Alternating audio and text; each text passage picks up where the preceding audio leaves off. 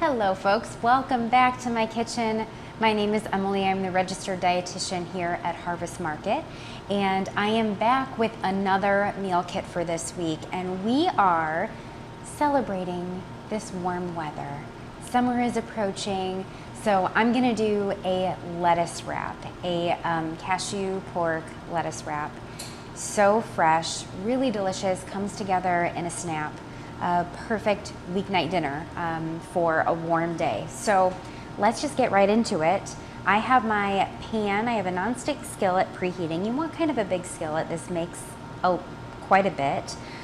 So I have this preheating because we are going to be adding our ground pork to this. If you are doing this vegetarian, you will be using extra firm tofu that you need to press. And then you just crumble it up and it really acts like ground meat, which is fantastic. But I will be using pork today. So first things first, I'm just getting all of my veggies out. So we have our onion, which is what we're gonna cut up first. I already washed off my lettuce leaves, so you just wanna rinse them under water. They will have, just a little bit of dirt and grime. They are fresh, and they grow from the ground. Or in a pot or whatever, however they come. But what we want to do is just kind of wash them, run them under some cold water, and then I just have them on a paper towel here. So I like to do that first to give them a little bit of time to drain. If you have a salad spinner that you want to use and throw those guys in there so they dry off really, really fast, you can do that too. Okay, so we're gonna set those aside. First things first, we're gonna get our meat started cooking in our pan. So again, my pan is preheated, and I'm just gonna add this right in.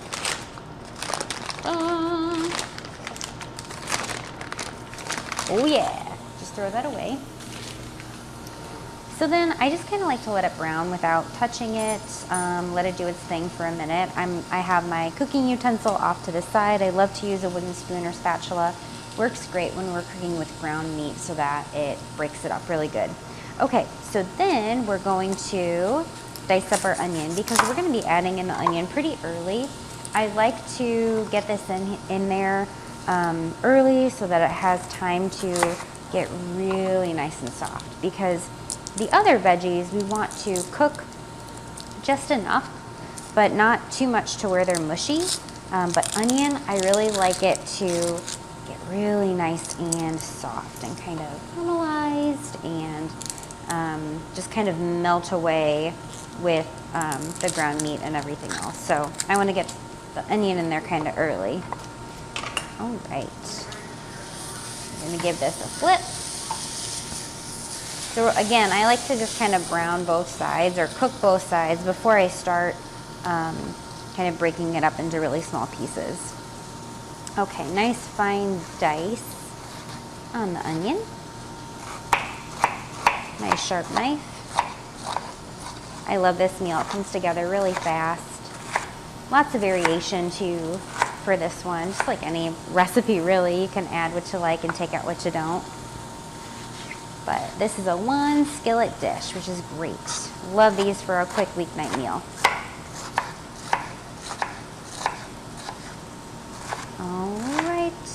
Onion is diced. Now we're just gonna cook up our meat, and then we'll move on to the next step. Okay, so I've broken up our meat in the skillet, and you can see at this point it's still pretty uncooked, but I wanna go ahead and get my onion in there just so it has a lot of time to cook. So I'm gonna toss all of my diced onion right in, and while that goes, we're going to work on chopping up the rest of our veggies. This is a great one because you can really put a lot of veg in here. You can add in more than I even have, but this is a good base to start with. Adjust your heat here. If you need to turn it up a little bit, do so. I'm gonna kind of mix everything together a little bit. Continue to break up that meat as it cooks. Okay. A lot of times when we add something to the pan, we need to add a little bit more heat to it. So just adjust as necessary. Okay, so I like to do everything kind of nice and small because these are lettuce wraps. And whenever we're kind of wrapping something, especially in something delicate like lettuce. I want to be able to get a little bit of everything in each bite. And in order to do that, we can do a nice small chop on everything. So I'm gonna do my red bell pepper.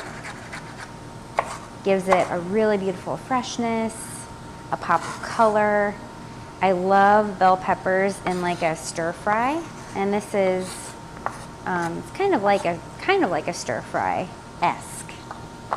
Okay, so celery. Does anybody love celery? I love it. I think it's delicious. I think it's super just veggie tasting, really crunchy. It has a beautiful texture. I love the flavor of celery. I know some folks aren't fans, and that's okay. But to me, I love putting it in a stir fry or obviously lettuce wraps. Yeah, I don't know. I love it. I really, really love it. I know some people aren't fans, but maybe it tastes too green. I don't know.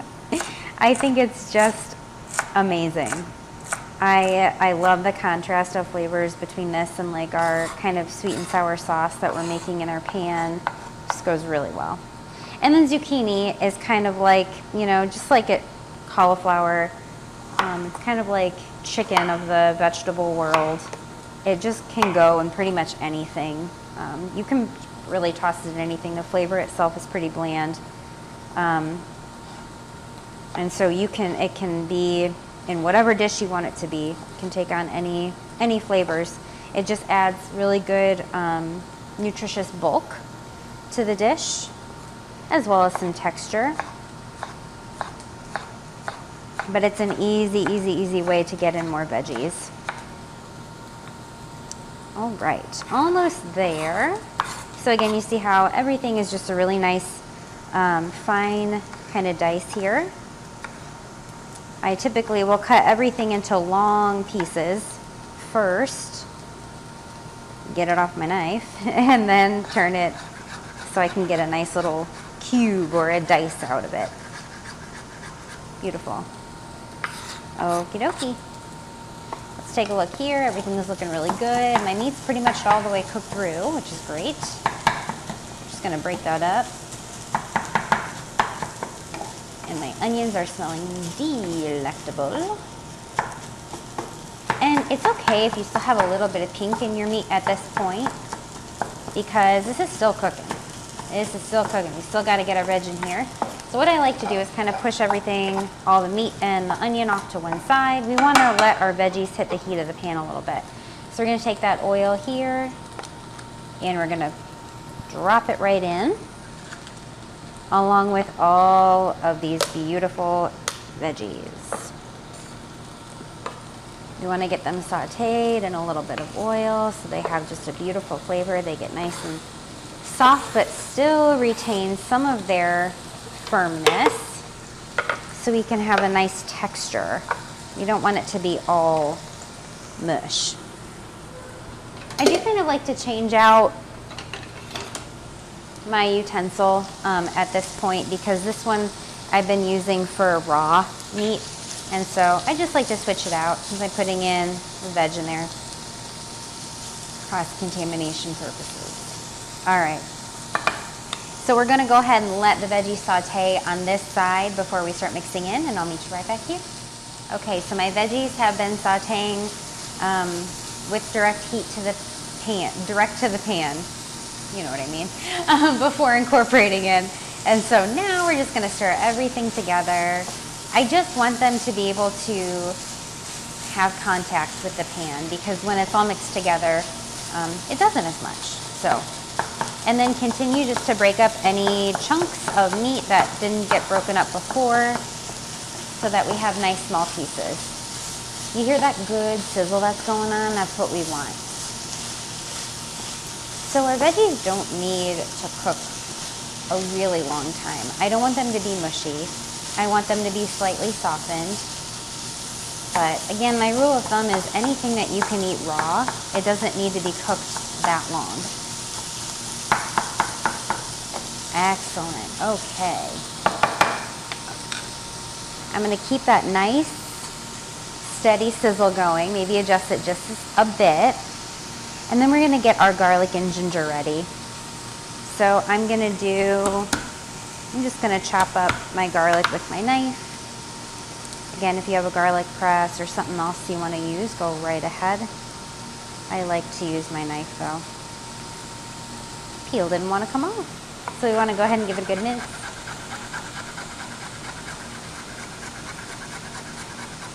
And just like so. And then for ginger, I like to use a zester or a grater because again, it's kind of fibrous and it's a little bit difficult to run the knife through and get it really nice and fine. I don't typically tend to peel my ginger because I find that the peel kind of stays behind on top of my zester here. And then I get all the good meat coming out on the bottom. Just be careful of your fingers.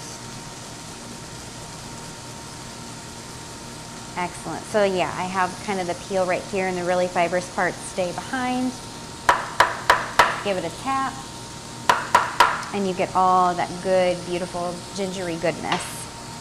Okay, so this is looking really good to me. I'm gonna go ahead and add in the garlic and ginger. We're gonna cook this for about 30 seconds or so, just until we start smelling it. It shouldn't take long at all. Once it hits the heat, oh, savor that flavor. Oh my gosh, it just kicks this dish up a notch, for sure. Okay. The next thing we're gonna do, we have sauce part one and sauce part two. And this is just because I can't fit them all into the cups. So they don't have to be separated. If you're making this at home, you can certainly mix it all in one little bowl, mix it together, and then throw it in the pan. So I just separated it into like liquid and dry ingredients. And so we have our liquid ingredients here. And it's really, really basic. We have soy sauce. I like to use a little red wine vinegar, a little sesame oil for flavor. We have a little bit of water to thin it out, and then some pepper in here. And then this one is brown sugar and cornstarch. So brown sugar is our sweetness. It's kind of like a sweet and sour-esque teriyaki-ish sauce. Kind of my go-to base sauce.